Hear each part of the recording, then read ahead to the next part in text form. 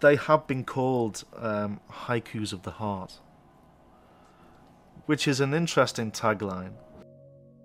I'm David Rose, I'm the Associate Publisher of the London Review of Books, and in 1998 I began the magazine's Personals column.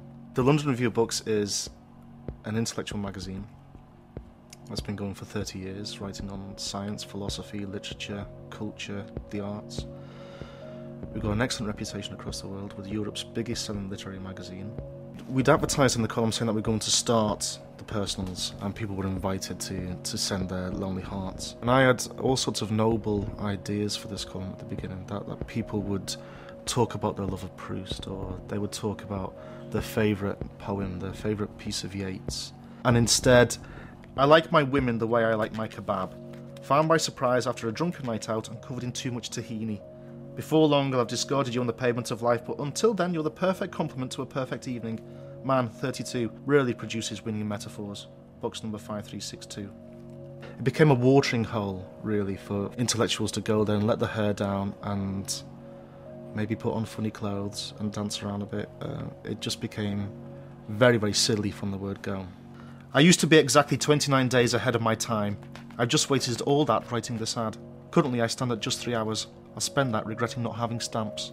There's an element really of overachievement with these people, that they've reached a certain stage and they've done a tremendous amount with their lives, and they are very, very respected in their fields, and some of them have a degree of fame, and that's great, and yet here they are having not really got to where they want to be in their relationships.